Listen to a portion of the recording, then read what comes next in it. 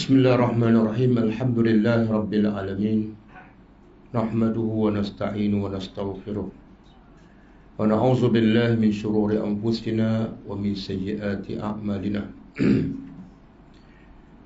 Man yahdihillahu fala mudilla lahu wa man yudlil fala hadiya lahu. Asyhadu an la ilaha illallah wahdahu la syarika lahu wa asyhadu anna Muhammadan 'abduhu wa rasuluh. Subhanaka la ilma lana illa ma 'allamtana innaka antal alimul hakim. Allahumma 'allimna ma yanfa'una wanfa'na bima 'allamtana wa zidna ilma. Allahumma ati anfusana taqwaha wa zakkiha anta khairu man zakkaha anta waliyuha wa maulaha. Rabbi yassir wa la tu'assir, Rabbi tamim bil khair, amma ba'du. Yang dimuliakan Encik Nasir, pengurusi majlis, dan juga merangkap pemilik Aipaksi, betul kan? Pemilik sementara lah. Pemilik yang kekal ialah Allah Subhanahu Wa Taala. Dan ini juga saya pertama kali jumpa Cik Nasir secara yaqazah. Dan sebelum ini saya tak pernah juga jumpa dalam mimpi. Seterusnya kepada muslimin muslimat dan pelajar-pelajar tadabbur online, dan juga rasanya ada juga yang bukan pelajar tadabbur, pelajar Aipaksi, betul kan? Alhamdulillah, satu nikmat yang paling besar ya Allah beri kepada orang beriman. Tetapi kadang-kadang kita tak merasai nikmat tersebut. Yang nikmat itu antara penyebab utama kita mendapat cinta Allah. Ramai orang yang belajar, kadang-kadang belajar bertahun-tahun, tapi satu nikmat ini kadang-kadang tak dirasai. Jadi majlis hari ini kita nak cuba kongsi dan nak cuba hayati nikmat yang sangat besar, yang kerana nikmat ini insya-Allah kita akan selamat di akhirat besok, insya-Allah. Dan nikmat ini sekiranya tidak ada, itu adalah petanda iman kita bermasalah. Apa nikmat itu? Apa nikmat itu? Boleh agak tak? Sebab tu bila orang tanya tajuk apa, saya susah nak jawab. Jadi untuk memberi tajuk pada hari ini, jawab soalan saya. Apa nikmat itu? Ramai orang yang solat, puasa, pergi umrah, pergi haji, belajar, tapi kadang-kadang nikmat ni tak ada dalam kehidupannya. Kadang-kadang nikmat ini dia anggap remeh, kecil. Apa nikmat itu? Ketenangan. Nikmat? Iman. Tapi apa tanda nikmat iman? Apa tanda nikmat iman? Semua orang mendakwa kami dah beriman. Kami solat, kami puasa, kami pergi kelas. Apa tanda dia? Kalau tak boleh jawab, tak adalah tajuk hari ni. Saya pun rasa macam tak layak je duduk kat sini, sebab ini tempat Sahibul Fadilah Maulana Asri, seorang ulama yang hebat, pakar dalam hadis. Jadi saya ni rasa macam kerja je. Okey, nikmat yang saya nak sebut dan boleh jadikan sebagai tajuk perjumpaan kita hari ini ialah nikmat kasih sayang kerana Allah. Kasih sayang kerana Allah. Ramai orang bercakap, tapi secara praktikalnya kadang-kadang tidak ada. Dalam satu hadis yang sahih, an Abi Hurairah radhiyallahu anhu, inna Allah ta'ala yaqul Yaumal qiyamah. Ainal mutahabuna bijalali. Al-yawma uzilluhum fi zilli yawma la zilla illa zilli. Rawahu Muslim. Maksudnya, daripada Abu Hurairah radhiyallahu taala anhu, katanya, sesungguhnya Allah berkata pada hari kiamat, ainal mutahabuna bijalali. Di mana mereka-mereka yang berkasih sayang bijalali, hanya semata-mata kerana kebesaranku. Bukan kerana dunia, bukan kerana kepentingan, bukan kerana hubungan kerabat, bukan kerana kebetulan berjumpa, tak.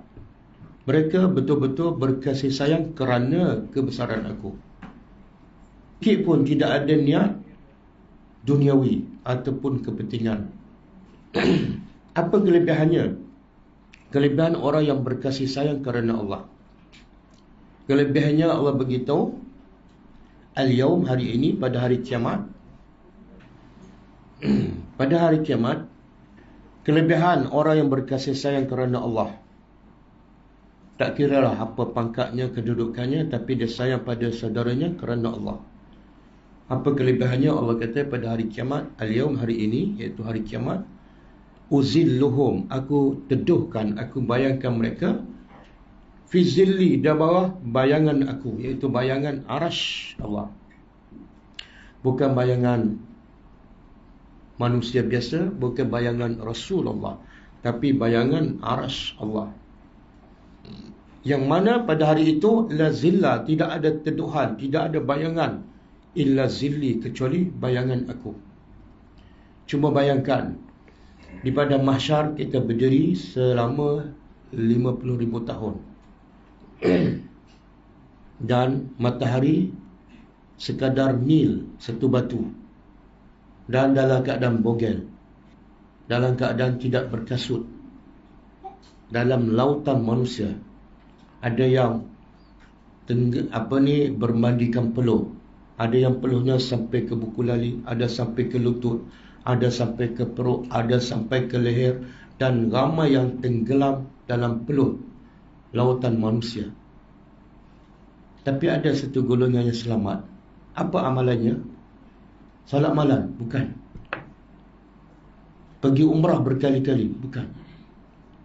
Bersedekah? Bukan. Pergi kelas bertahun-tahun? Bukan. Apa amalan? Satu golongan manusia yang selamat daripada kepanasan pada mahsyar.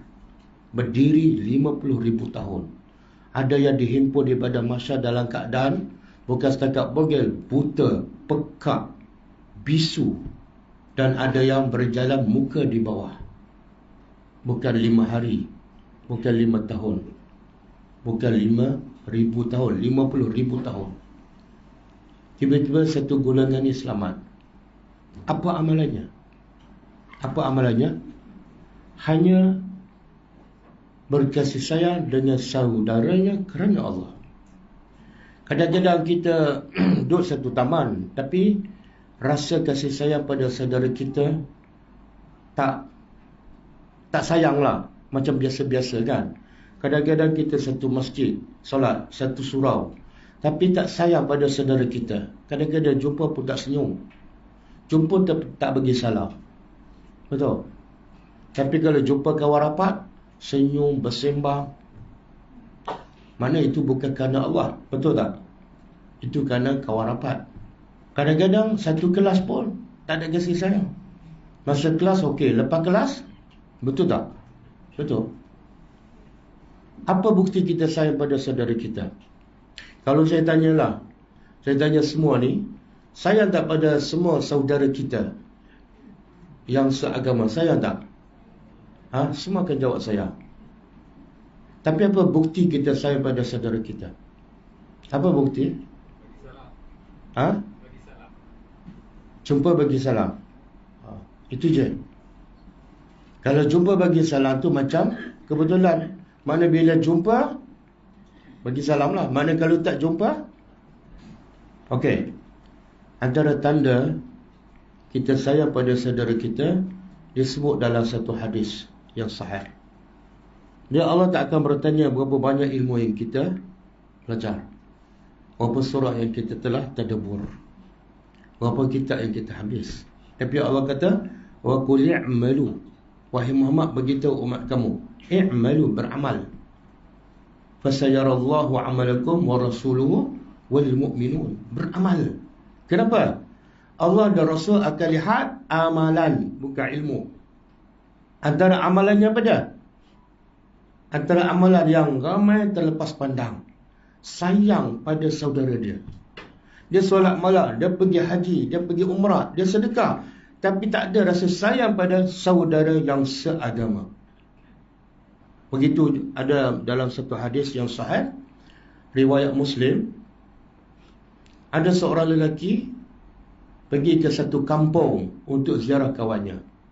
Tengok Allah ni sangat-sangat membesarkan orang yang sayang pada saudaranya, sehingga Allah hantar satu malaikat wakil jaga orang ni. Jaga orang ni. Siapa ni? Yang salat malam? Bukan. Yang pergi haji berkali-kali? Bukan. Yang duduk kelas setiap hari 8 tahun? Bukan. Siapa ni? Ya Allah hantar malaikat jaga dia. Siapa? Allah hantar malaikat untuk jaga lelaki ni sebab dia pergi ke satu kampung nak ziarah kawannya. Jadi malaikat ni nak test. Allah Maha mengetahui, kamu nak ke mana ni? Malaikat bertanya pada lelaki itu, aku nak ziarah akhan li, saudaraku. Malaikat test lagi, kamu nak pergi tu untuk apa? Aku pergi kerana dia adalah saudaraku. Malaikat test lagi, adakah kamu pergi sebab satu nikmat tarubbuha? Ada satu kepentingan nikmat dunia yang kamu nak mendapatkannya? Nak pinjam duit ke? Nak luah perasaan ke? Nak pinjam kereta ke? Kan? Apa kata lelaki? Tak. La. Semua tak ada tujuan tu. Ghaira anni uhibbuhu fillah. Melainkan hanya satu tujuan, iaitu aku cinta padanya kerana Allah. Ini tanda-tanda kita sayang pada saudara kita. Apa dia? Pergi ziarah walaupun jauh. Maka apa kata malaikat ni? Malaikat kata, aku adalah wakil daripada Allah kepada engkau untuk memberitahu pada engkau, innallah ahabbaka, sesungguhnya Allah cinta pada engkau sebagaimana engkau cinta pada orang tu. Subhanallah. Apa amalan dia sehingga Allah hantar malaikat jaga dan dia beritahu Allah cinta pada engkau? Apa amalannya? Apa amalannya? Apa bukti dia sayang? Ziarah semata-mata kerana Allah. Betul tak saya kata ramai orang yang Islam, termasuklah yang belajar agama, terlepas pandang amalan yang sangat besar dan penting ini? Betul? Bila kita ziarah kawan kita, bila ada jemputan, betul? Hari ni ustaz saya ada 3 kenduri. Pergi 3, satu Seremban, satu Kajang, satu Kuala Selangor. Kerana Allah ke kerana kenduri? Tak dapat cinta Allah. Dapat apa? Makanan. Lepas tu tuan punya kenduri dapat apa? Sampul. Tak dapat cinta Allah. Itulah nilai kita pergi jauh, dapat makanan. Benda yang paling besar, paling penting, paling kita berhajat pada hari kiamat, tak dapat. Sebab apa? Kita dah belajar. Kalau orang tak jemput, kita tak pergi. Betul tak? Ilmu dah banyak. Terlepas satu benda yang sangat besar, nikmat yang sangat besar. Simple je, betul tak?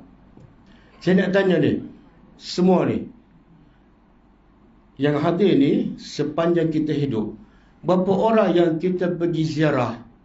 Sama ada saudara mara kita ke, yang kita tak, yang bukan saudara mara, betul-betul kerana Allah. Tak ada tujuan langsung. Tujuan yang lain langsung tak ada. Siapa yang pernah pergi sepanjang dia hidup? Orang tanya, kamu datang kenapa? Kerana aku sayang pada kamu kerana Allah. Dia pun terkejut. Ni jenis manusia apa ni? Betul tak? Orang pun tak pernah datang jumpa kita kerana Allah. Kita pun, Ustaz, saya tak sempat pergilah. Sebab apa? Saya duduk tengah belajar. Ya Allah, Allah tak tanya pasal ilmu kamu. Allah tanya pasal amalan. Mana ada satu golongan daripada 7 golongan yang mendapat bayangan arasy Allah di padang mahsyar? Ada tak daripada 7 golongan orang yang berilmu? Ada? 1, pemimpin yang adil, amalan. Yang kedua, siapa lagi? Orang yang bersedekah tangan kanan, tangan kiri, amalan, bukan ilmu. Betul, untuk beramal mesti berilmu. Tapi kalau ilmu tanpa amal, yang ketiga, pemuda yang bukan bercerai. Mana ada pemuda bercerai dengan pemuda? Berpisah. Punya macam suami isteri je. 2 orang yang berjumpa kerana Allah dan berpisah. Ya Allah, bukan ilmu. Yang keempat, lelaki ataupun sesiapa yang membesar dalam beribadat kepada Allah. Dalam beribadat, bukan ilmu. Yang kelima, hatinya terikat ke masjid. Terikat, Allah tak kata solat. Kalau dia selalu pergi masjid tapi asyik nak cepat balik je, itu bukan terikat. Terikat macam mana? Selalu, bukan ingat je tapi nak pergi pun. Ke mana? Ingat ke masjid. Dah 2 tahun tak pergi, ya? Saya dah lama tak pergi masjid. Terikat ni mana?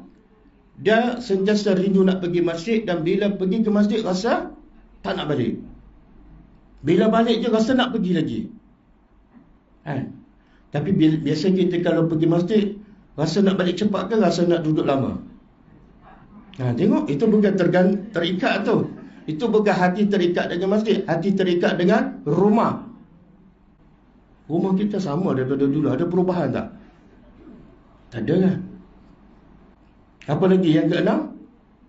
Yang keenam, seseorang yang berzikir sampai, bukan berzikir saja, sampai menangis. Berzikir sorang-sorang, amalan. Dan yang terakhir, tengok, Allah nak bagi kelebihan. Orang yang diuji dengan maksiat, ada peluang depan mata, berzina, tak ada seorang pun nampak, tapi kekuatan iman dia dah betul-betul dah berada atas perempuan. Tiba-tiba teringat pada azab Allah, terus bangun, selamat daripada mahsyar. Amalan. Nampak tak? Jadi semua kita datang hari ini kerana apa? Betul ke? Bukan kerana ada makanan selepas ni. Bukan kerana nak jumpa Ustaz Mu'in. Dah goyah dah. Dah goyah dah. Susah kan? Saya nak tanya, kenapa kita berkumpul pada pagi ini? Ataupun apa yang mengumpulkan kita di sini? Cerita kerana Allah. Biasa yang suka mendakwa ni susah dipercayai. Tak, saya nak beritahu, semua kita berkumpul pada pagi ini ialah insya-Allah kerana Allah. Sebab saya tahu, saya tak tahulah, tapi saya agak ramai yang datang ke sini pelajar tadabbur Al-Quran. Betul? Jadi Quran yang mengumpulkan kita di sini. Percayalah. Sebab Allah sebut dalam surah Al-Anfal kan, A'udzubillahi minasyaitanir rajim, wa allafa baina qulubihim. Silent telefon. Allah kata apa? Wa allafa baina qulubihim. Allah yang mentaklifkan, menjinakkan, memesrakan antara hati manusia.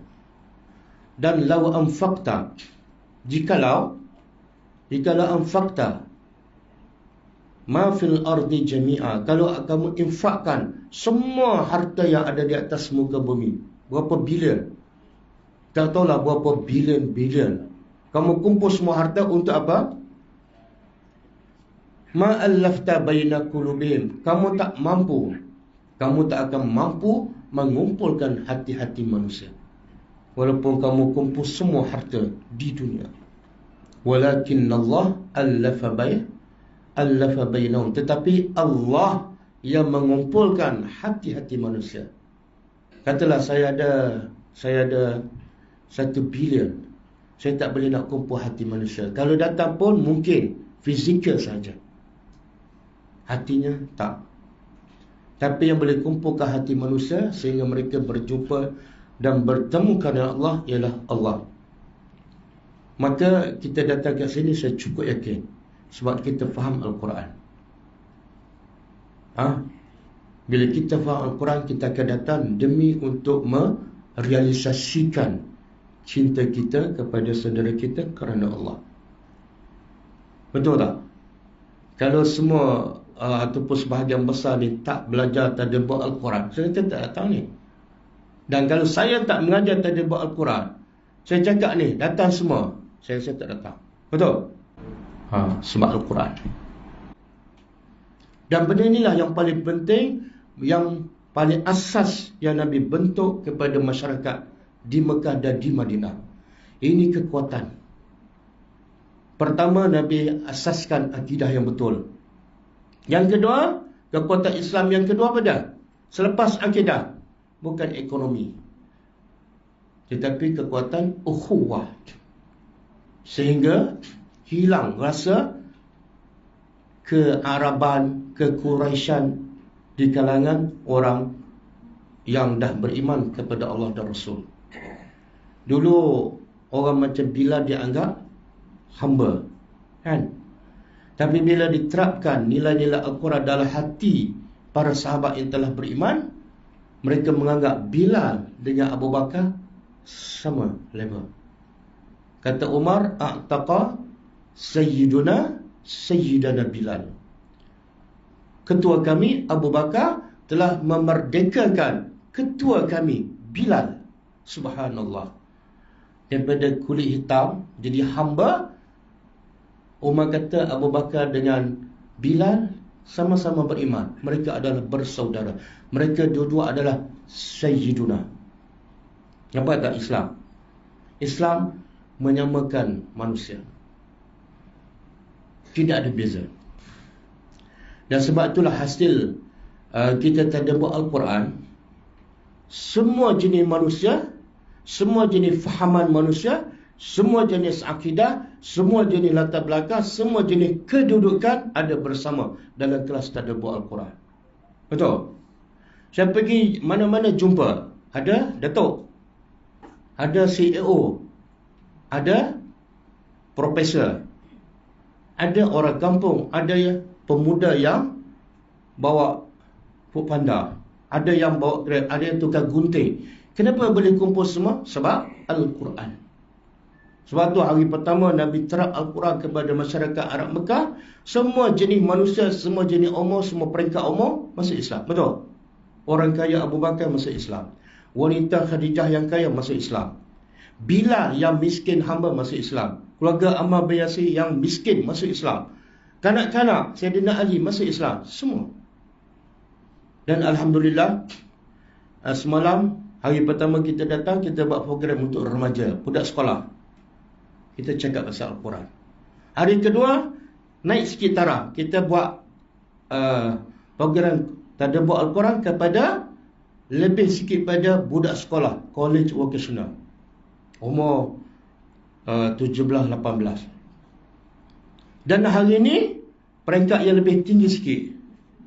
3 hari 3 peringkat umur yang berbeza. Kenapa kita boleh kumpul semua? Sebab Al-Quran. Betul? Alhamdulillah. Daripada budak sekolah, college, kemudian ini tahap apa? Orang PC, otai. Itulah Islam. Sebab tu yang ikut Nabi semua peringkat umur ada. Bahkan yang paling lama bersama Nabi siapa? Orang miskin. Betul tak? Orang miskin. Sebab Islam tu menyatuni semua dan menyama taraf. Tidak beza. Kalau kita buat sesuatu orang lain tak boleh masuk, Islam tak betul. Ada semcurang. Kan? Kita mengajar agama tapi orang tua je masuk. Ada, tu agama apa tu? Agama orang pencina. Sebab tu yang suka pergi masjid siapa? Kumpulan POP, Persatuan Orang. Kenapa remaja tak suka pergi masjid? Sedangkan masjid tu rumah Allah, bukan rumah AJK. Betul tak? Dan Allah kata Allah boleh menyatukan semua hati manusia. Orang kaya, orang miskin, kanak-kanak boleh duduk sama-sama. Rumah Allah. Tapi kenapa remaja tak suka pergi, kanak-kanak? Kalau pergi kena marah. Kenapa?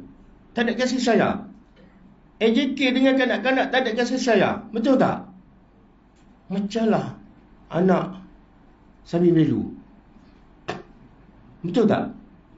Sedangkan Nabi bila salat, Nabi dukung cucu. Suasana kasih sayang, semua peringkat umur ada dalam masjid. Tak ada siapa yang rasa terpinggir. Orang miskin lagi tak rasa terpinggir. Bagaimana orang fakir, orang miskin di zaman Rasulullah rasa mereka sangat disayangi oleh Rasulullah. Mereka rasa Rasulullah tu macam bapa mereka. Betul tak? Tapi sekarang ramai tak orang miskin rasa mereka tu disayangi oleh para asatizah. Ada tak? Ada tak? Orang miskin zaman Nabi Allah puji dalam Quran. Lil fuqara'il muhajirina allazina ukhriju min diyarihim wa amwalihim. Orang fakir yang berhijrah. Allazina ukhriju, yang mereka itu dikeluarkan daripada negeri mereka Mekah. Wa amwalihim, dan harta mereka dirampas.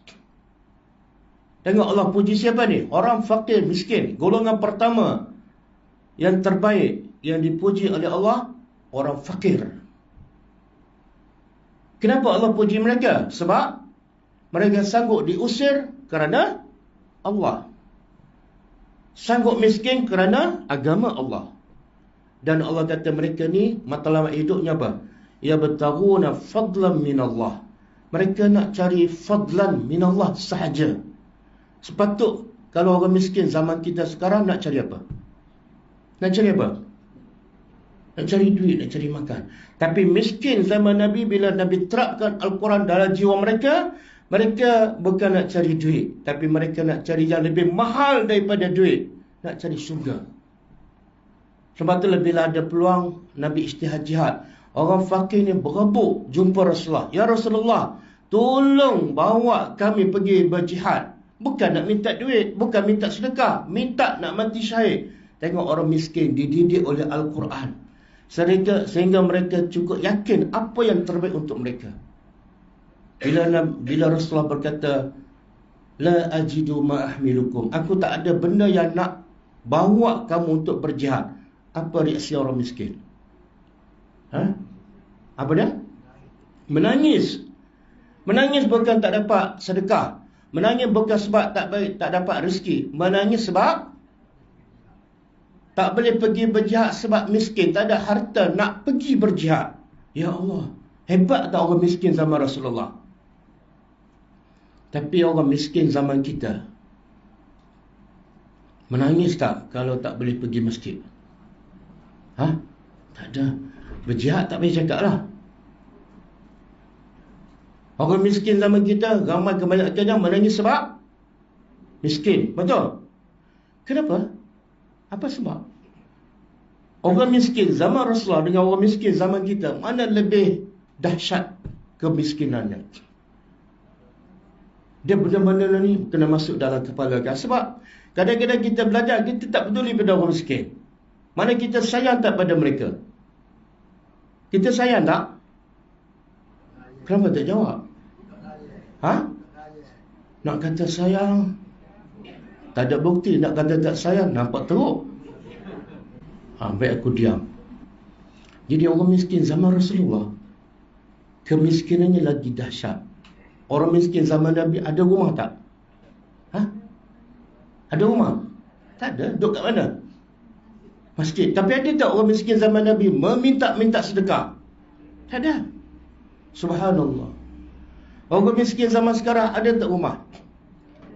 Ada tak estro di rumah mereka? Ada. Tapi meminta-minta. Kenapa? Jahil. Jahil agama. Kenapa mereka jahil? Kenapa mereka jahil? Tolong jawab. Siapa bertanggungjawab? Mereka yang ramai miskin ni, miskin harta satu, yang paling dahsyat miskin iman. Siapa bertanggungjawab orang miskin ni jahil agama? Siapa bertanggungjawab? Pemerintah. Orang macam kita tak salah lah. Aku berlepas diri. Kita duk salahkan pemerintah tak betul. Lepas tu bila orang miskin jahil, kita salah pemerintah. Pemerintah memang dah salah. Kita memang dah salahkan mereka daripada dulu lagi kan.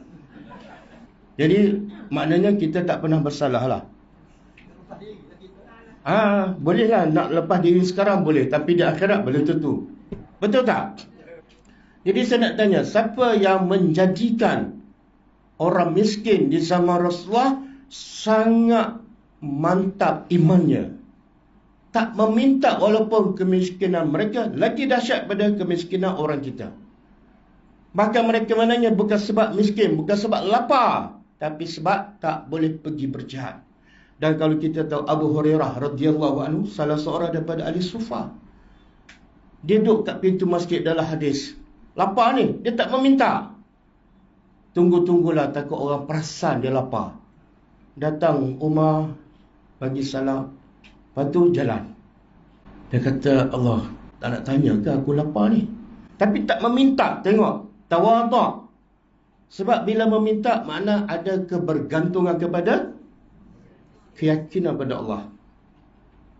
Lepas tu, datang pula Abu Bakar. Harap-harap Abu Bakar ni tanya khabar lah, kan? Bagi salam, yalah. Lepas tu datang pula Rasulullah. Rasulullah pun lebih menghayati.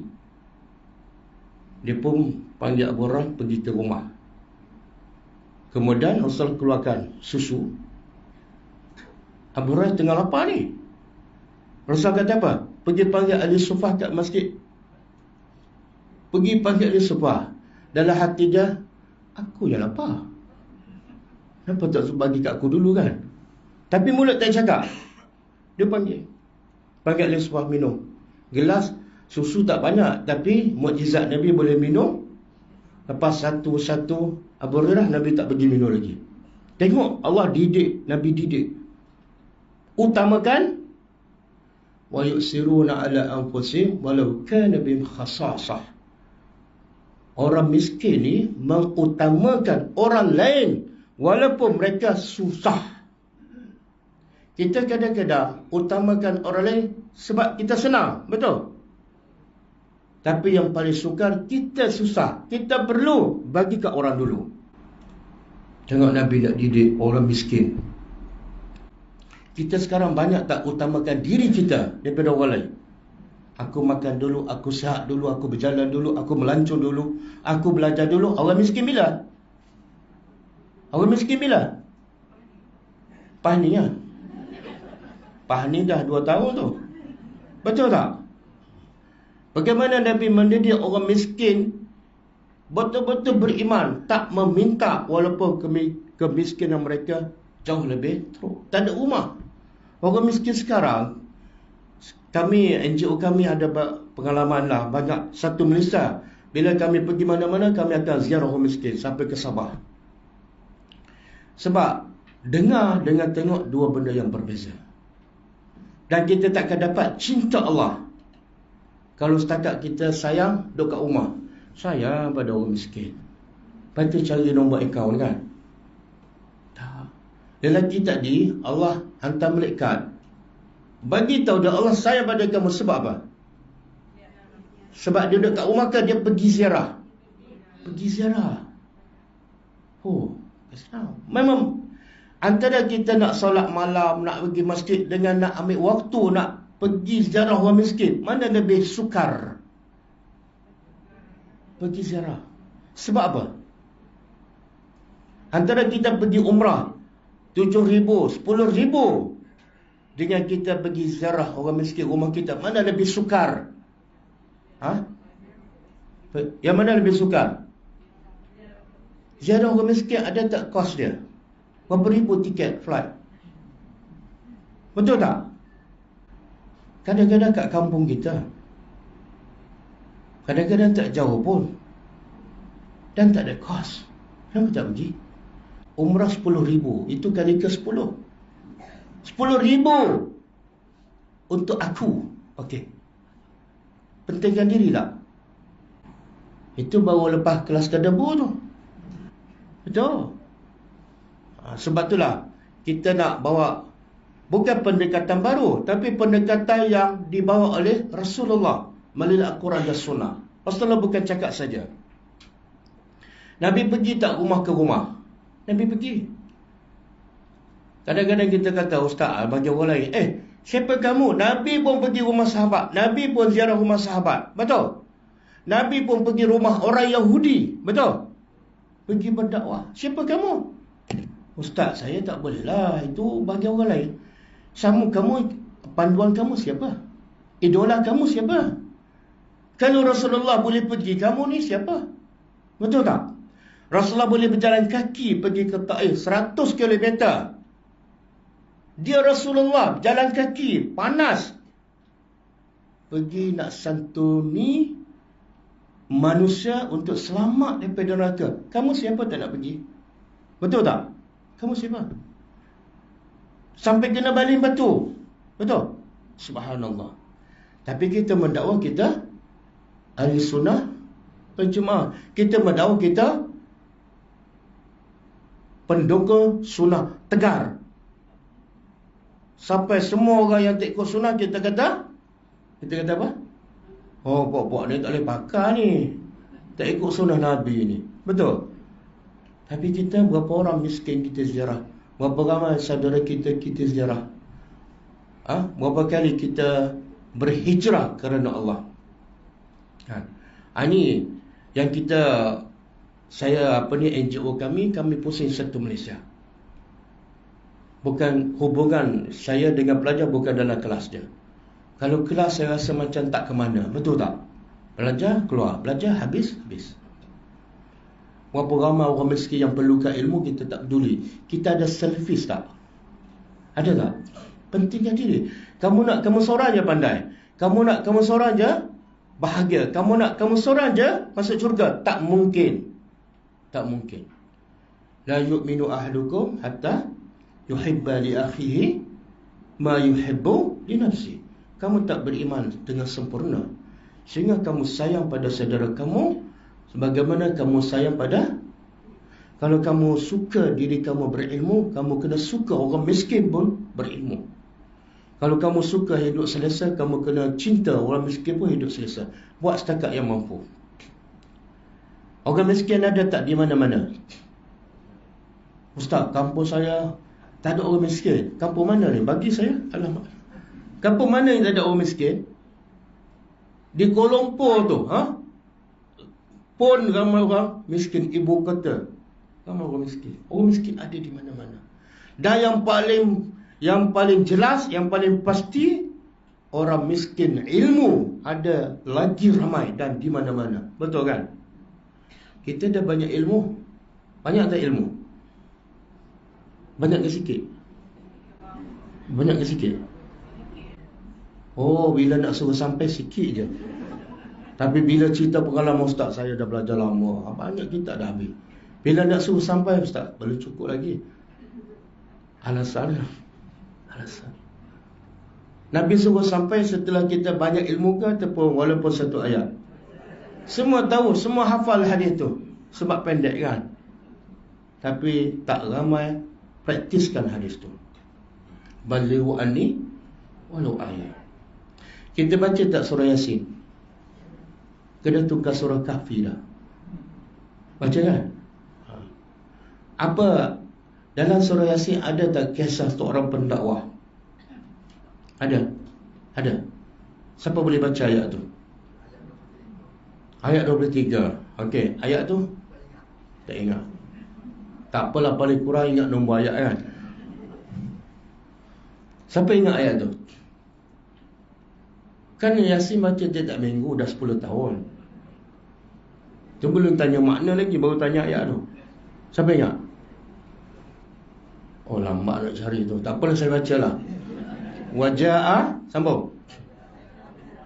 Min aqsal Madinah rajulun yas'a. Lepas tu qala ya qaumi ittabi'u al-mursalin.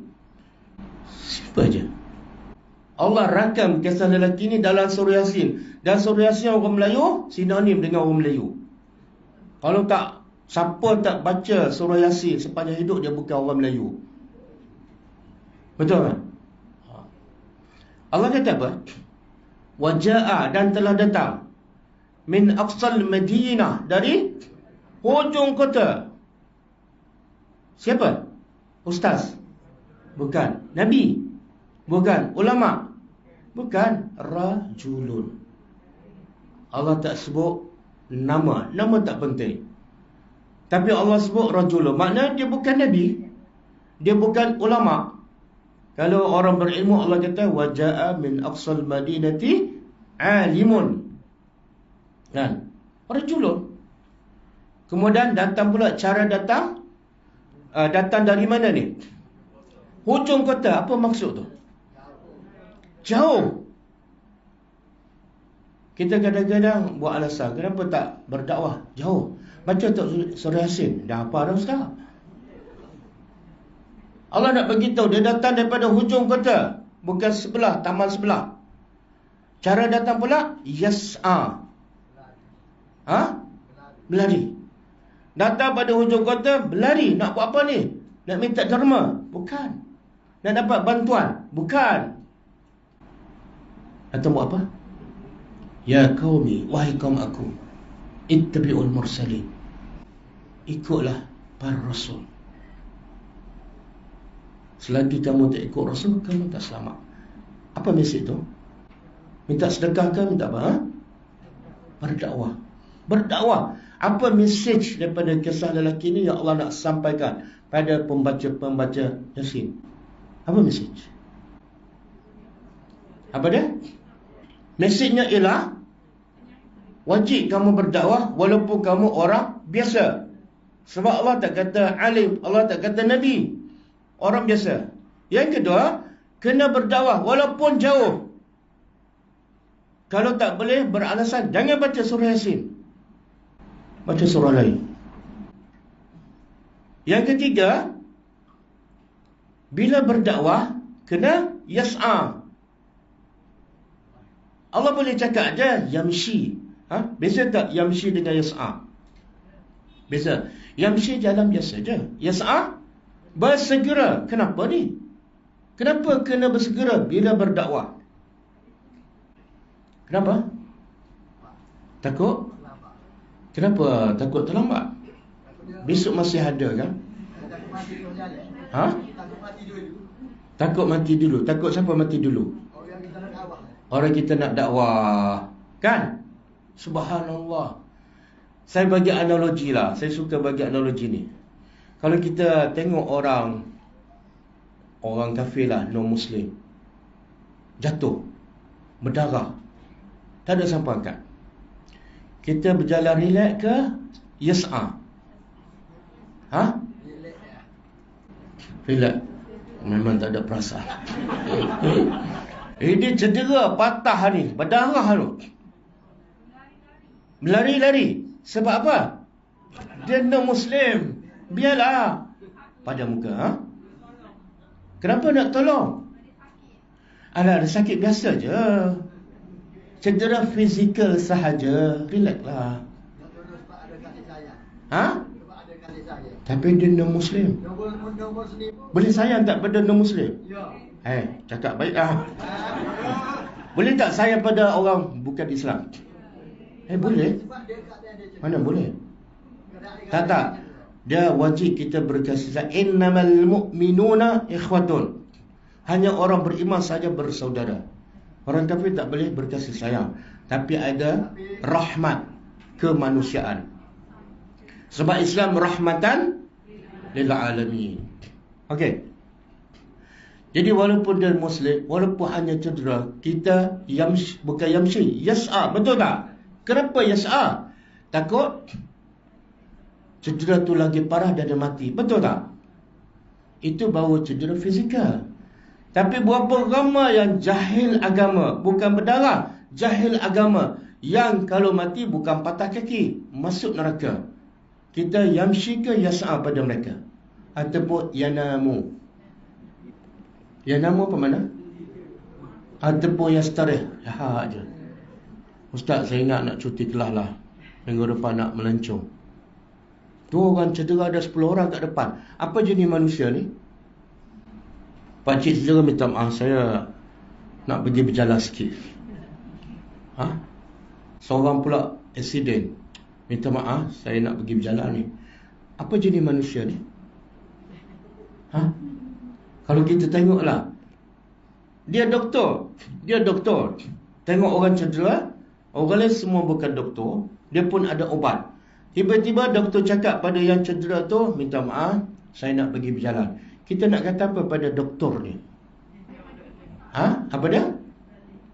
Ini bukan doktor. Okey, kita orang berilmu ni sama dengan doktor, betul tak? Kerja orang berilmu ialah kita dah ada ilmu, dah ada alat untuk merawat orang. Tiba-tiba ada beribu orang yang cedera dari segi akidah. Saya nak berjalan lah. Nak kata apa pada orang ni? Bengong. Siapa yang bengong tu? Eloklah mengaku. Tak, benda ni serius, betul tak? Sebab kita baca surah Yasin, wa jaa min aqsal madinati rajulun yas'a. Seorang lelaki, dia seorang-seorang je. Dia bukan ada NGO. Dia bukan ada dana. Dia bukan ada tim dia, seorang je. Dan dia tahu tak risiko bila pergi berdakwah pada semua non-Muslim di kampung itu? Dia tahu tak risiko? Dia tahu. Apa berlaku pada dia setelah dia menyampaikan mesej dakwah? Kena berbaloi tak? Berbaloi. Sebab apa? Subhanallah. Tengok orang lelaki biasa, jelas matlamat hidupnya. Aku buat kerja dakwah, mati masuk syurga, okey ke tak? Aku tak buat kerja dakwah, tak ada jaminan masuk syurga, okey ke tak okey? Okey ke tak okey? Cakap je tak okey tapi tak buat. Nampak tak? Tengok. Sebab itulah Quran, kalau kita tadabbur Al-Quran, ayat demi ayat, surah demi surah, kita tak akan duduk diam. Dan kita dapat feedback daripada pelajar tadabbur Al-Quran di satu Malaysia, ramai yang buat nota, ramai yang dakwah pada keluarga, ramai sampai mesej pada, itu Quran yang menggerakkannya. Sebab bila kita faham Quran, tiba-tiba kita tak sampaikan, kita belum faham Al-Quran. Macam mana kita, Quran adalah rahmatan lil alamin. Tiba-tiba kita faham Quran, kita tidak ada rahmat kepada yang sekian ramai yang jahil. Mana rahmat? Mana Quran? Quran tak masuk dalam hati. Sebab itulah Nabi setelah berdakwah, setelah penat pagi, petang, siang, malam, tiba-tiba ramai lagi yang tak beriman. Apa perasaan Nabi? Ni dah berdakwah ni, pagi, petang, siang, malam, kena maki, kena baling batu, ramai tak beriman. Apa perasaan Nabi setelah itu? Dalam surah Kahfi pula Allah rakam.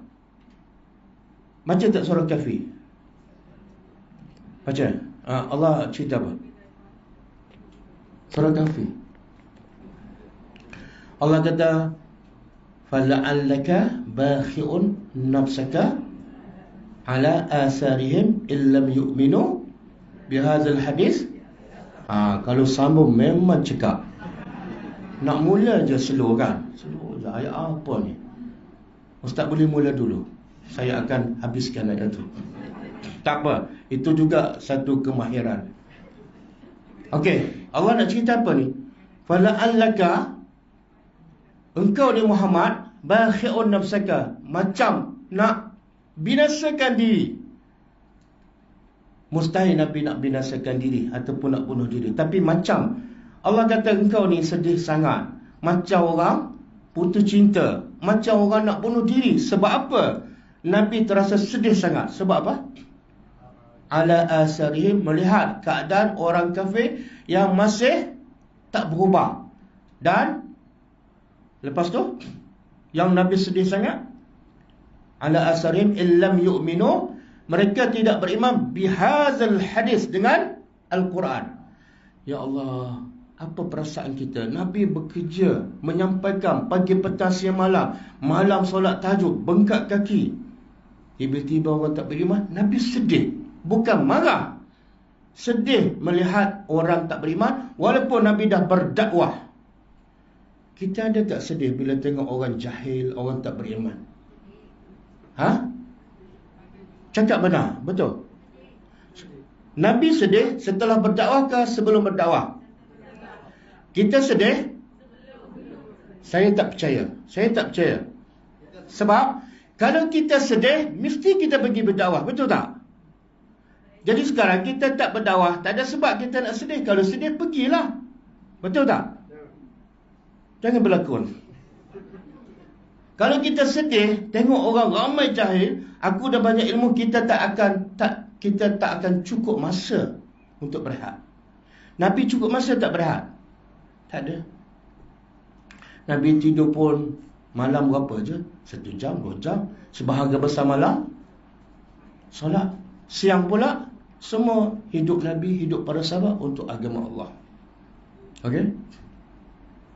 Jadi kadang-kadang orang dengar apa yang saya cakap, kadang-kadang nampak macam keras. Betul tak?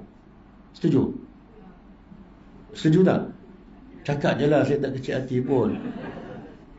Tapi kalau saya tak cakap macam ni, mungkin orang tak akan sedar. Orang tak tersentak, kan? Orang tak sentuh. Dan orang tak akan berubah.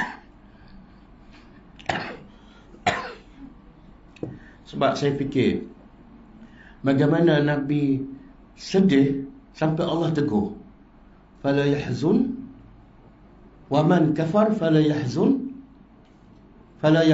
kufru. Siapa yang kufur, siapa yang kafir, janganlah kekufuran itu menyebabkan engkau sedih. Nabi dah berdakwah, bila orang tetap kafir Nabi sedih, maka Allah larang, jangan sedih. Sebab kamu dah buat yang tak mampu, kamu dah buat, kenapa nak bersedih? Yang patut sedih siapa? Yang tak buat ni. Ya Allah, aku sedihlah sebab aku dah ilmu pun banyak, tapi tak ada kekuatan nak sampaikan, kan? Kadang-kadang saudara aku, kadang-kadang sahabat aku, mereka tak solat pun tak betul, solat pun tak ikut cara Nabi, sunnah Nabi pun mereka tak belajar. Ya Allah, sedihnya.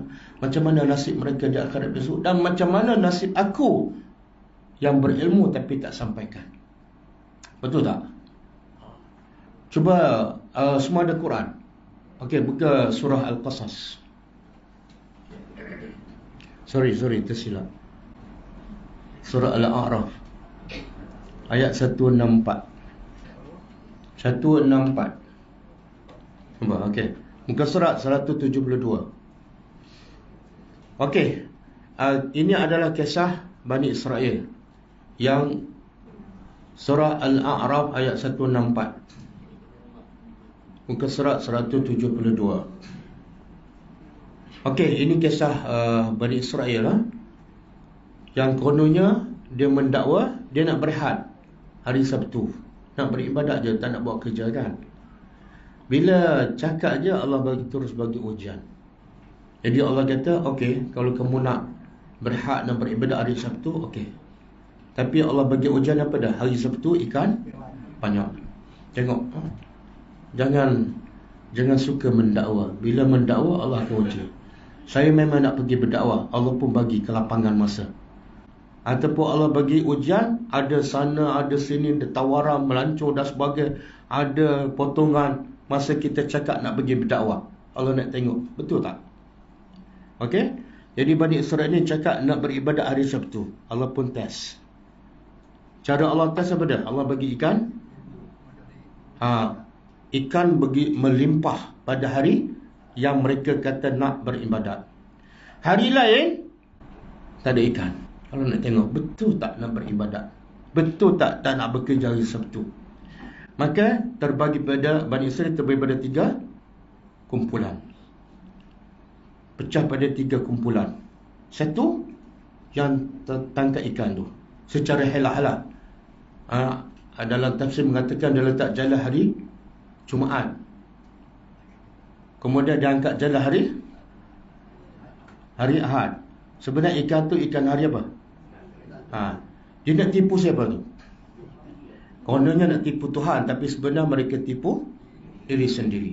Itu kumpulan pertama. Kumpulan kedua yang mencegah, jangan takut, ini adalah haram, nanti Allah turunkan azab. Kumpulan kedua. Kumpulan ketiga, wait and see. Langgar pun tak, larang pun tak. Okey, bila kumpulan yang melarang ni, bila kumpulan yang tak langgar perintah Allah dan tak larang melihat kumpulan yang mencegah, maka kumpulan yang tak larang dan tak langgar menegur kumpulan yang mencegah. Cuba tengok ayat 164. Allah kata apa? A'udzubillahi minasyaitonir rajim. Wa iz qalat ummatun minhum. Ingatlah ketika mana telah berkata ummatun, satu golongan, minhum, daripada kalangan mereka. Siapa golongan ni? Yang tak tangkap ikan dan tak larang. Dia berkata pada siapa? Golongan yang melarang. Lima ta'izuna, kenapa kamu duk sibuk cegah ataupun melarang kaum yang Allah dah pasti akan binasa? Sebab Allah dia janji, siapa langgar perintah Allah, siapa tangkap ikan, Allah akan binasa. Jadi Allah dia janji, tunggu je Allah turun azab. Kenapa duk sibuk nak larang ni? Kan? Au mu'azibuhum, ataupun Allah akan pasti mengazab mereka azaban syadidah. Tengok apa jawapan orang yang melarang ni. Tengok jawapan dia. Dia kata apa? Qalu, mereka berkata, ma'ziratan ila rabbikum. Yang aku dah larang ni sebab supaya aku boleh jawab di hadapan Allah. Aku dah larang. Sebab paling besar, paling utama mencegah kemungkaran ialah untuk kita jawab di hadapan Allah, bukan supaya orang tu berubah. Itu sebab utama. Makna apa tu? Yang melarang ni nak beritahu, cegah kemungkaran wajib. Kalau aku tak buat, aku kena soal. Dan bila tak boleh jawab, habis. Aku sama dengan yang buat tu. Faham tak? Sebab pertama, wajib cegah kemungkaran ni, berdakwahlah. Al-amru bil ma'ruf, suruh benda yang ma'ruf. Ma'ruf yang paling besar pada ma'ruf yang paling utama. Ajak manusia mentauhidkan Allah dan mencegah kemungkaran. Kemungkaran yang paling besar dan utama, menghalang manusia daripada syirik. Betul? Ramai tak manusia yang syirik? Ramai tak manusia yang tak mentauhidkan Allah? Kewajipan kita ialah wajib ke sunat? Wajib. Sebab tu dia kata, kamu marah sebab aku larang. Aku nak beritahu kamu, aku duk larang puak-puak ni daripada tangkap ikan, sebab aku tahu aku akan kena soal di hadapan Allah. Kalau aku tak larang, aku nak jawab apa? Boleh faham tak? Jelas tak? Sebab kedua, wala'allahum yattaqun. Semoga dengan larangan ini, semoga mereka, bukan kerja aku nak pastikan mereka bertakwa, tapi sebab utama aku boleh jawab. Sebab kedua,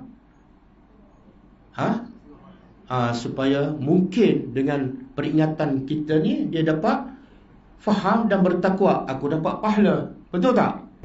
Jadi apa masalahnya? Apa ruginya? Yang rugi siapa? Yang tak mencegah kemungkaran, yang tak berdakwah. Agak-agaklah Allah tanya ke tak? Tanya, agak-agak boleh jawab tak? Lepas ada tak boleh, buat apa? Itulah Quran. Tengok ayat Quran menggerakkan kita. Tak boleh ni. Allah rakam kisah Bani Israel. Takkanlah cerita dongeng. Takkanlah cerita ni penglipu lara. Pasti ada tujuannya. Maha suci Allah daripada bercakap benda yang tidak ada faedah. Allah nak beritahu ni, jangan jadi macam Bani Israel. Kalau nak jadi Bani Israel pun jadi macam ni, yang mencegah kemungkaran. Dan juga kata ulama, satu lagi sebab aku cegah kemungkaran supaya ni, yang melanggar ni, yang tangkap ikan ni, Allah boleh azab mereka. Dan Allah ada sebab. Apa sebab?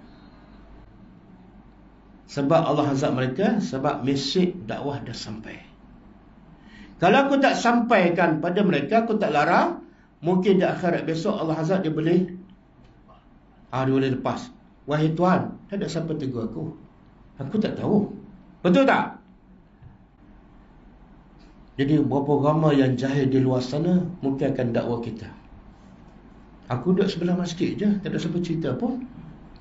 Kan? Kuliah maghrib itu ada lama dah, zaman Jepun lagi. Nah. Besar tak tanggungjawab orang berilmu? Di antara halangan. Okey, saya nak habiskan ayat ni. Apa berlaku ni kepada 3 golongan ni? Satu golongan yang melanggar, tangkap ikan. Yang kedua golongan yang melarang. Yang ketiga golongan langgar putak, larang putak. Apa jadi pada mereka? Ayat seterusnya. Allah kata falamma nasu, maka tatkala nasu, mereka lupa. Mereka ni iaitu orang yang melanggar perintah Allah, mereka menangkap ikan. Mereka lupa ma zukiru, apa yang mereka diperingatkan. Dah diberi peringatan, mesej dakwah dah sampai. Maka anjayna allazina yanhauna 'anisu, kami selamatkan. Allah kata kami selamatkan. Siapa yang selamat? Allazina yanhauna, yang mencegah. Wa akhazna, dan kami binasakan, kami hukum orang-orang yang zalim. Bi'azabin ba'is, dengan azab yang pedih. Disebabkan apa yang mereka yafsukun, fasiq. Siapa yang Allah turunkan azab ni? Siapa yang Allah turunkan azab? Yang tak, dalam ayat ini ada sebenarnya ada 3 kumpulan. Satu yang melanggar, yang kedua yang melarang, yang ketiga. Tapi ayat 1 dan 5 Allah sebut hukuman untuk 2 sahaja. Pertama, yang mencegah Allah selamat. Yang melanggar Allah turunkan azab. Azab apa? Azab apa? Kunu kiradatan khasi'in, jadilah kamu kera dan babi. Allah kata kun fayakun, semua bertukar jadi kera dan babi. Jadi kera yang ada hari ini, adakah keturunan Bani Israel? Jangan mati kera sekarang. Ini keturunan Bani Israel tak? Tak, kera yang daripada Bani Israel semua mati, tak ada keturunan. Tak ada keturunan. Okey. Allah tak sebut golongan yang ketiga, yang langgar putak, larang putak. Jadi apa nasib golongan ni? Ada seorang sahabat Ibnu Abbas ke, saya lupa, dia kata Allah tak sebut golongan yang tak langgar dan tak larang, bermakna kumpulan ni masuk dalam kumpulan yang Allah selamatkan. Kenapa? Sebab dia ada juga, kan dia kata puak-puak ni biarlah Allah azab. Ada tak rasa benci dengan mereka yang buat kemungkaran? Benci dalam hati, selamat. Faham tak? Ada benci. Kan Nabi kata siapa yang melihat kemungkaran wajib cegah dengan tangan ataupun kuasa. Kalau tak mampu, lidah, bercakap, ilmu bagi nasihat. Kalau tak mampu juga, hati, kan? Jadi kumpulan yang Allah tak sebut, ada pendapat mereka termasuk golongan yang Allah selamat sebab mereka benci dalam hati. Tapi ada juga pendapat Al-Hasan, dia kata kumpulan yang Allah tak sebut masuk dalam kumpulan yang Allah binasakan sebab mereka tak mencegah. Bahkan dalam surah Al-Ma'idah Allah sebutkan antara sebab utama Bani Israel dilaknat. Bani Israel ni bangsa yang mulia. Betul tak? Sebab apa mereka mulia? Kebanyakan para Nabi daripada Bani Israel. Kenapa? Nabi paling ramai daripada Bani Israel, tapi bangsa yang paling jahat Bani Israel. Kan pelik tu. Sepatut Nabi paling ramai Bani Israel, Bani Israel lah yang paling baik. Betul? Kenapa? Dia umur banyak kitab. Sebab jahat sangatlah kena hantar banyak Nabi. Sebab lembat sangatlah kena ada 10 orang guru tuition. Dia bangga, ustaz anak saya bagus, ada 5 guru tuition mengajar satu subjek. Tak, sebab anak kamu lembat. Kan, kalau sepatut seorang guru tuition dah settle, ni 5, makna apa tu anak tu? Jangan salah faham. Bani Israel ni kenapa ramai sangat Nabi? Sebab bangsa tu degil keras kepala. Boleh faham? Jadi ada pendapat mengatakan yang golongan yang ketiga yang tak larang dan tak buat termasuk dalam golongan Allah azab. Wallahu a'lam. Tapi Allah sebut dalam surah Al-Ma'idah, sebab utama Bani Israel dilaknat ialah kanu la yatanahawna am munkarin. Bani Israel dilaknat sebab mereka tak mencegah kemungkaran. Okey? Jadi manusia bila berdepan dengan kemungkaran ada 3 je. 3 jenis. Satu, yang buat. Yang kedua, yang larang. Yang ketiga, wait and see. Kan? Okey. Kita masuk kumpulan mana? Wait and see. Agak-agak selamat tak? Ustaz, saya ambil pendapat yang kata selamat tu. Tapi yang selamat tu dia benci kan? Kita benci tak? Tapi benci kita adakah itu ikut tertib? Nabi kata bila tengok muka terus benci ke ataupun buat yang lain dulu? Kita terus yang ketiga. Salah tu. Dah 10 tahun benci je kan? Meluaknya aku. Semoga aku selamat. Tak boleh. Ikut tertib. Kena guna kuasa. Kalau tak mampu barulah bercakap. Last kali dalam hati. Last kali, itu pilihan terakhir. Kalau dengan anak kita pun benci dalam hati menunjukkan apa? Nak kamu buat maksiat. Mak tak mampu nak larang. Mak benci dalam hati je. Anak pun kata baiknya mak aku. Alhamdulillah nikmat dapat mak macam ni. Rusak tak anak? Okey? Dan saya nak beritahu kerja dakwah ni tak boleh buat. Tak boleh buat dengan sebaik mungkin ataupun dengan cara yang berkesan, kecuali semua kita ada benda yang saya sebut pertama tadi, iaitu kasih sayang. Kerja dakwah tak boleh dalam keadaan kita berpecah. Betul? Sekarang saya nak tanya, kita berpecah antara sunnah dengan bid'ah ke, ataupun sesama sunnah pun berpecah? Sama sunnah, betul? Pergilah mana-mana, orang mengaku ya, yang sunnah ni tahzir sunnah tu. Tu sunnah tak ori ustaz, berhati-hati. Berpecah tak kita? Ini antara sebab penghalang besar kita tak buat kerja dakwah. Habis masa bala, tak ada kekuatan. Sebab itulah cuba buka surah At-Taubah ayat 71. Ayat 71, jumpa? Muka surat 198. Allah kata, a'udzubillahi minasyaitonir rajim, wal mu'minuna wal mu'minatu ba'dhum awliya'u ba'd ya'muruna bil ma'ruf wa yanhauna 'anil munkar wa yuqimuna as-salah wa yu'tuna az-zakah wa yuti'una Allah wa rasulahu ulaika sayarhamuhumullah innallaha azizun hakim. Tengok maksud dia. Allah kata apa? Lelaki yang beriman dan perempuan, tanggungjawabnya sama. Allah nak puji ni orang beriman, lelaki dan perempuan yang bersifat macam mana? Pertama, ba'duhum awliya'u. Sifat pertama orang beriman yang Allah nak puji ialah ba'duhum awliya'u ba'd. Sebahagian mereka, apa makna awliya? Apa makna awliya? Aulia ni mana? Sentiasa berkasih sayang, sentiasa tolong menolong. Makna kalau kamu sentiasa bergaduh, benci membenci, kadang-kadang buat kelah agama, tapi kadang-kadang daripada kelah agama menyebabkan pelajar dia benci pada orang lain, itu bukan orang beriman yang sebenar. Kita cerita yang menyebabkan orang semakin berkasih sayang, yang berpecah bersatu.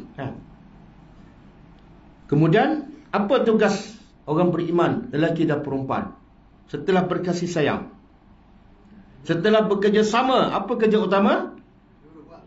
Subhanallah, ya'muruna bil ma'ruf wa yanhaw.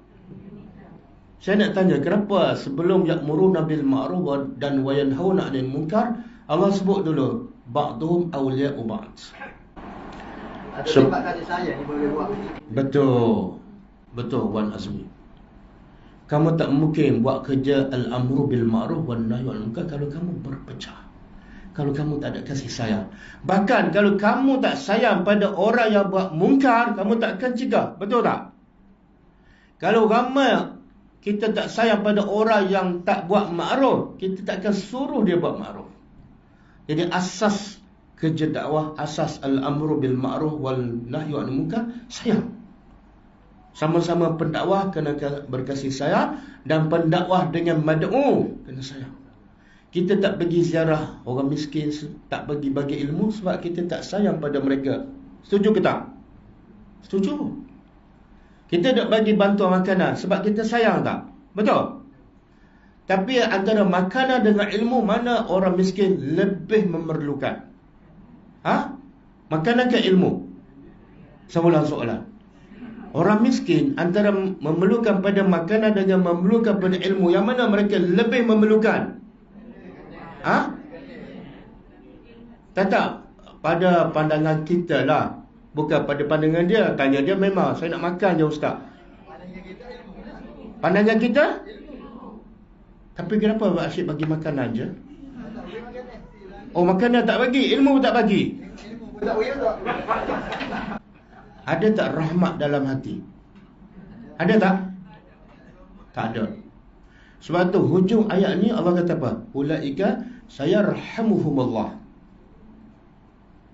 Siapa yang ada kasih sayang antara sesama beriman, kemudian mereka sayang pada orang yang jahil, mereka suruh yang ma'ruf, cegah yang mungkar, akhir sekali Allah kata mereka inilah yang Allah bagi rahmat. Mana kalau kita tak sayang pada orang lain, kita tak cegah kemungkaran, kita tak suruh yang ma'ruf, Allah tak bagi rahmat pada kita. Syok sendiri je. Sebab tu Nabi kata apa? Irhamu man fil ardi yarhamukum man fis sama. Sayanglah pada orang di atas muka bumi, dia kafir ke, bukan sayang, rahmat. Bagilah ilmu, pandulah mereka, maka yang di langit akan bagi rahmat pada kamu. Mana antara sebab utama kita dapat rahmat Allah? Sebab apa? Salat malam? Bukan. Pergi umrah? Bukan. Sebab kita rahmat pada orang lain. Dan rahmat yang paling rahmat ialah kita bagi ilmu, panduan pada dia untuk ke syurga. Jadi kalau kita asyik bagi bantuan sahaja, kita ada beza tak dengan NGO non-Muslim? Ada beza? Tak ada beza. Dulu masa banjir di Kelantan Desember 2014 kan, kita ada datang lah bagi bantuan. Sebelum kita datang, orang Korea dah sampai buat kemah kat situ. Daripada Korea datang hujung Gua Musa, kita daripada Kuala Lumpur baru sampai. Pelik tak? Jadi kalau di segi bantuan material kemanusiaan, kadang-kadang orang kafir jauh lebih canggih dan lebih cepat. Kita bantuan material pun slow. Bantuan ilmu, betul tak? Ada soalan tak?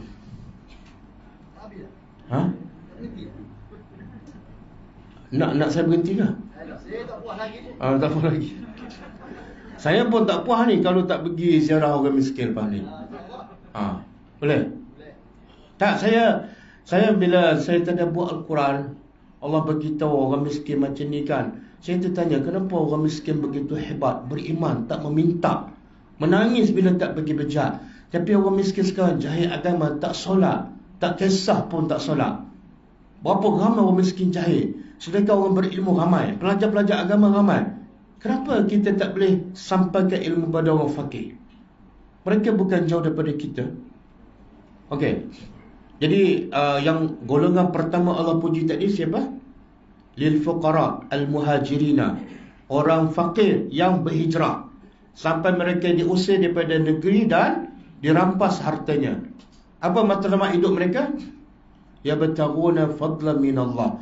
Matlamat mereka nak anugerah daripada Allah aja, bukan anugerah daripada manusia. Waridwana, dan mereka nak redha Allah aja. Orang miskin bukan matlamat. Sebab tu kita pernah dengar ada seorang sahabat Nabi yang juga ahli sufah, miskin. Dia muda lagi. Dalam muda, miskin, tak ada rumah. Kerja dia beda, bagi bantu Nabi untuk ambil wudu. Nama dia Rabi'ah bin Ka'ab al-Aslami. Jadi satu hari Nabi tanya dia, sal, mintalah apa yang kamu nak. Okey, dia miskin, muda, tak ada rumah. Tiba-tiba Nabi tawarkan. Logiknya dia minta apa? Muda, miskin, tak ada rumah, tak ada isteri. Nabi tawarkan, Nabi ni ketua negara.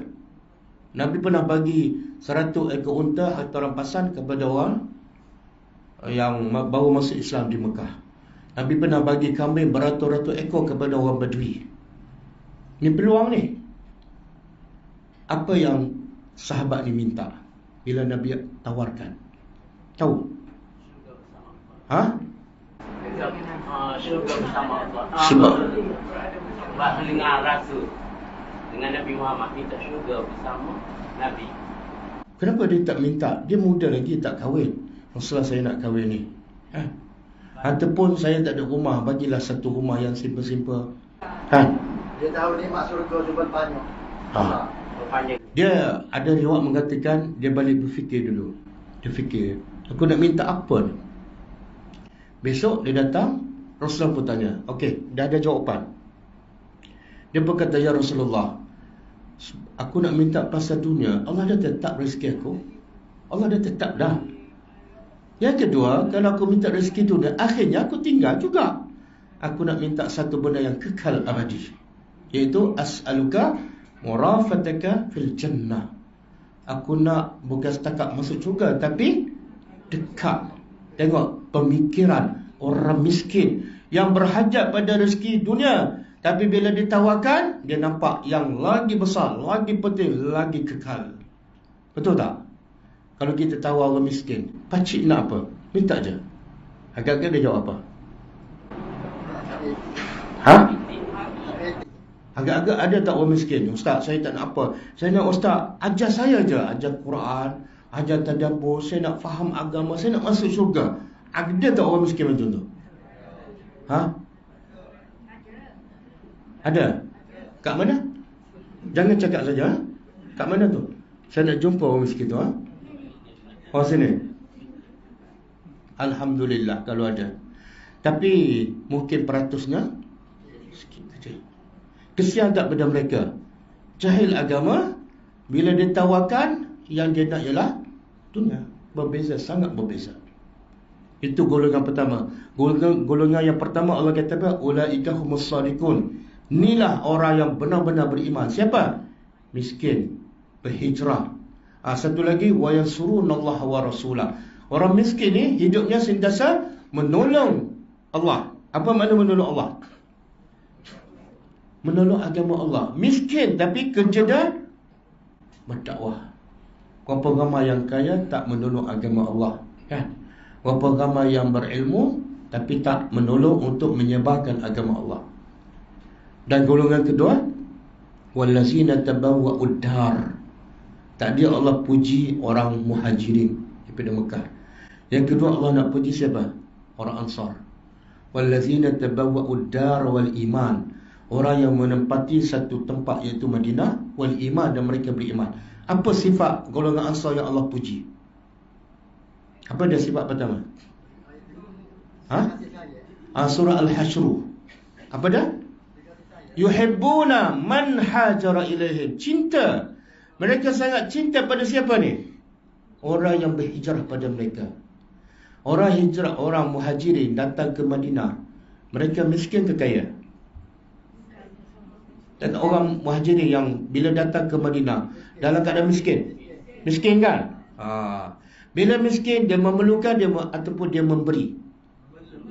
Dia memerlukan dan memintakan. Saya nak tanya, senang tak kita nak sayang pada orang miskin yang berhajat banyak perkara? Senang tak kita nak sayang pada dia? Susah. Bila kita sayang, kita akan rugi juga. Ni cari penyakit ni. Betul tak? Tapi sifat orang Ansar yang Allah puja beda. Pertama sekali, sayang pada orang miskin yang berhijrah kerana Allah. Cinta. Oh, susah. Sebab tu orang Ansar bagi tak semua yang mereka ada pada orang muhajirin. Tanda cinta, bukan cakap kosong. Bukan cakap kosong. Sehingga orang Ansar sanggup bagi apa? Oh, bila isteri kuat je. Sanggup bagi isteri. Dan bagi isteri pula, isteri yang mana ni? Ya Allah, tak boleh nak masuk kepala kan? Kita sayang pada orang miskin. Jumpa orang miskin yang belum kahwin, kita ada 3 isteri. 3. Kita beritahu abang belum kahwin kan? Saya ada 3 isteri. Yang antara 3 ni, abang pilihlah. Yang paling muda, yang paling cantik, yang paling rajin, abang ambil lah. Oh, orang miskin pensan tak dengar tu? Ni orang ke malaikat? Macam tak mungkin berlaku. Tapi zaman Nabi berlaku tak? Apa yang menjadikan mereka begitu cinta pada orang miskin sampai sanggup bagi isteri? Apa yang menjadikan mereka macam tu?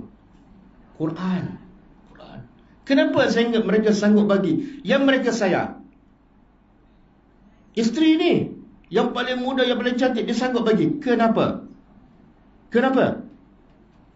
Sebab mereka tahu bagi lan tanalul birra hatta tunfiqu. Aku bagi yang paling sayang untuk dapat yang lagi baik. Keyakinan tu, bila dia yakin dia akan dapat daripada Allah lebih baik, yang ni jadi tak sayang dah. Sebab yang dia dapat lagi baik. Faham tak? Tapi kita tak yakin. Berarti bila kita sedekah, kita bagi baju yang baru beli ke yang dah tak muat? Sebab apa? Dalam kepala kita, baju lebih penting daripada syurga. Allah kata, kalau nak terbaik, bagi yang betul kan? Ustaz, ada tak nak pergi ziarah miskin? Orang miskin ada. Ada, saya adalah pakaian satu almari, memang saya tak pakai dah.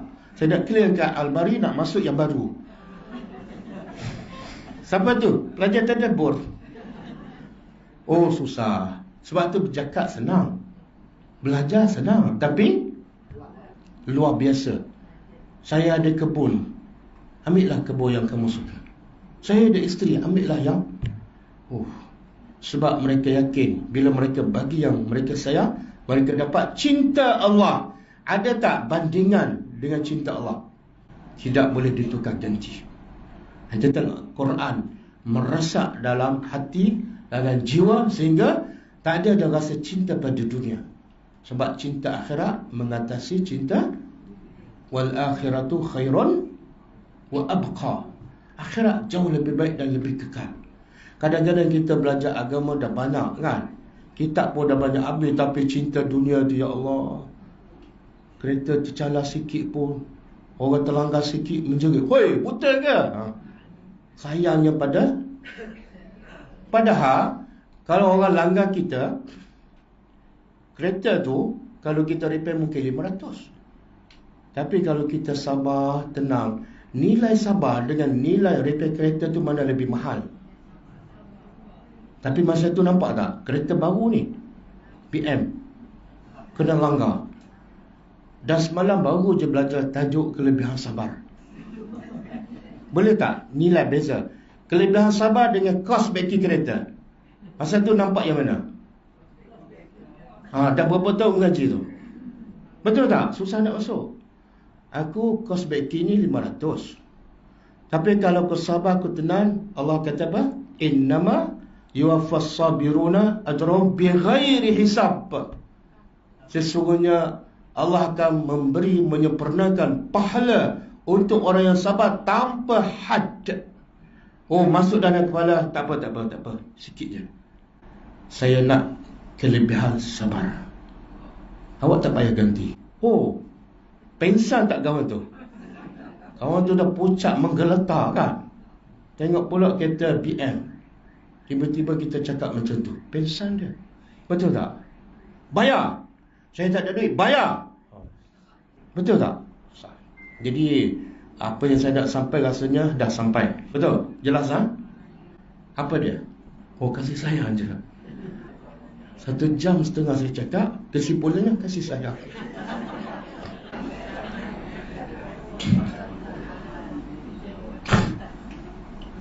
Buktikan kasih sayang kita. Kita tak akan beriman kalau kita tak sayang pada saudara kita.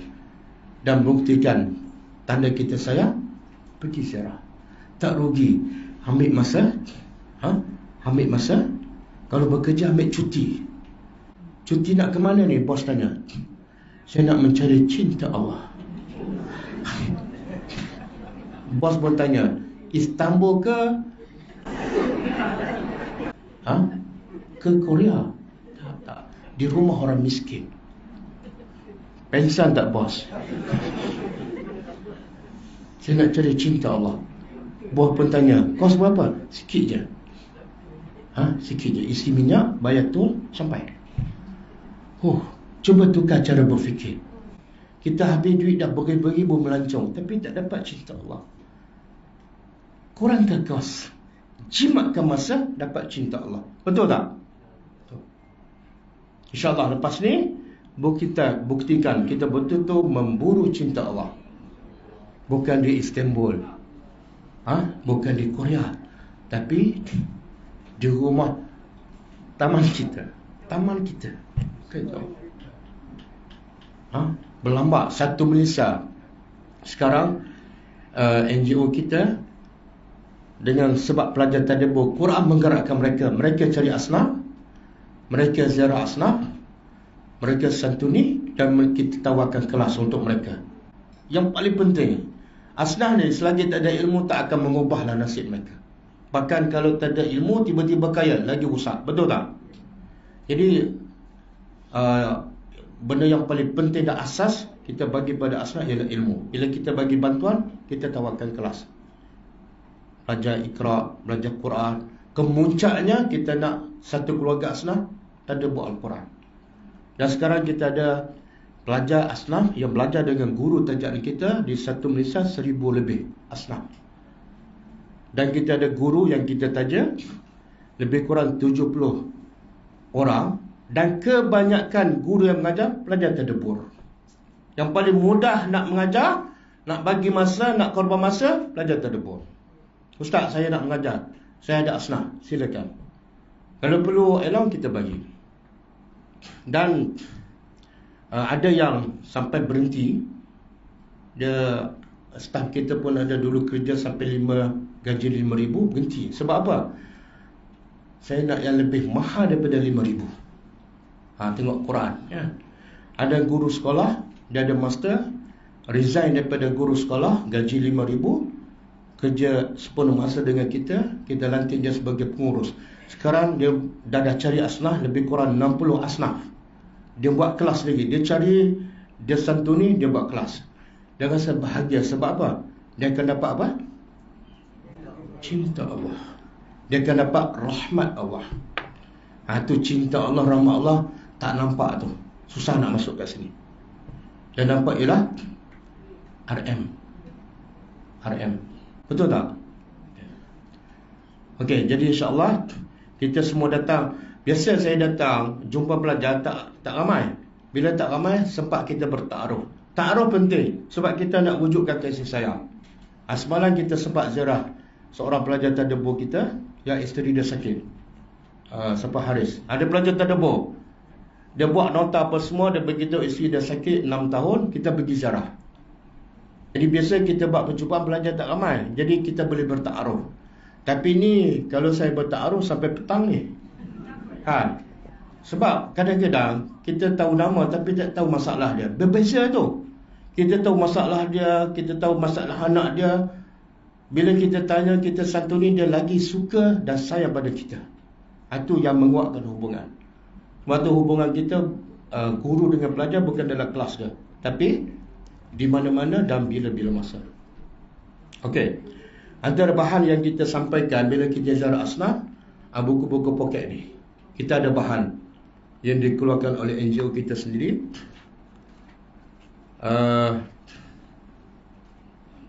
Ni musibah lah, kan? Miskin musibah, sakit musibah. Kadang-kadang orang tak boleh terima. Musibah tu adalah sebenarnya baik untuknya. Jadi kita tulis satu buku kecil, musibah adalah nikmat, berdasarkan berpandu daripada Al-Quran dan Hadis. Kadang-kadang kita tak boleh cakap, bagi buku ni. Kita tak pandai cakap kan. Cakap je hilang modal. Walaupun dah belajar 5 tahun kan.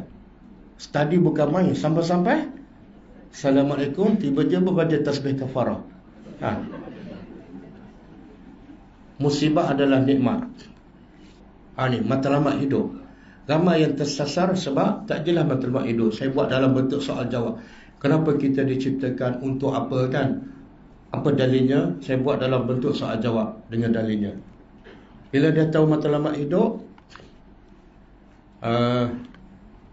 kenapa anda wajib solat? Dalam bentuk soal jawab dan ada dalil. Kenapa kena solat? Apa faedah? Apa kebaikannya? Kalau tak solat, apa hukumnya? Bila dia tahu pentingnya solat, bagi buku ni, sifat solat Nabi. Simple je, ringkas dan bergambar. Kadang-kadang dia solat tapi lintang pukang. Kemudian bila dah okey, kita bagilah buku zikir pagi petang, supaya dia sentiasa jangan buang masa. Orang miskin dalam miskin, kerja tak ada, duduk kat rumah termenung je. Jangan bagi ekstro bagi buku ni. Zikir pagi dan petang. Kemudian 72 doa dan zikir. Kita ni sebenarnya boleh jadi jutawan kalau kita berilmu. Apa saja pergerakan kita ada doa dan dapat pahala. Bangun pagi ada doa, masuk bilik air ada doa, keluar bilik air, pakai baju ada doa. Ni saya nak tanya, semua pakai baju kan? Baca tak doa lepas pakai baju?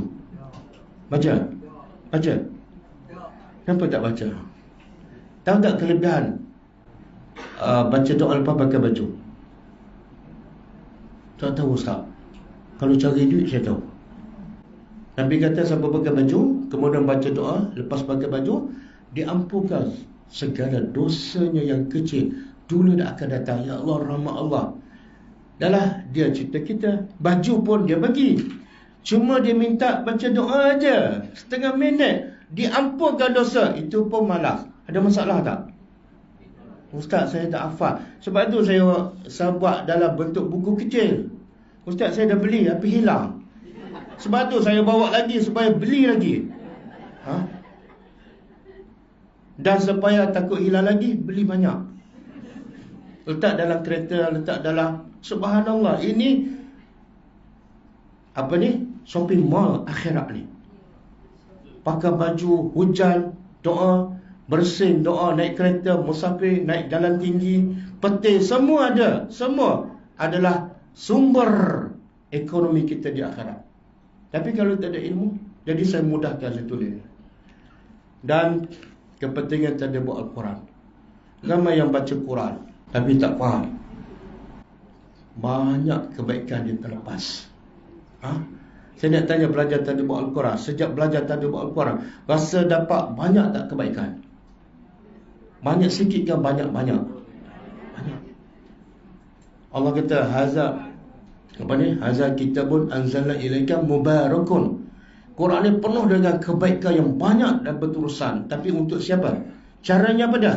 Lihat dan baru, supaya mereka mentadabbur ayat-ayatnya, wa liyatazakkara ulul albab, dan supaya lepas tadabbur ambil pengajaran, bergerak, berjalan. Kepentingan tadabbur Al-Quran. Ini kadang-kadang kita ziarah asnaf, dia sakit, terus tak solat.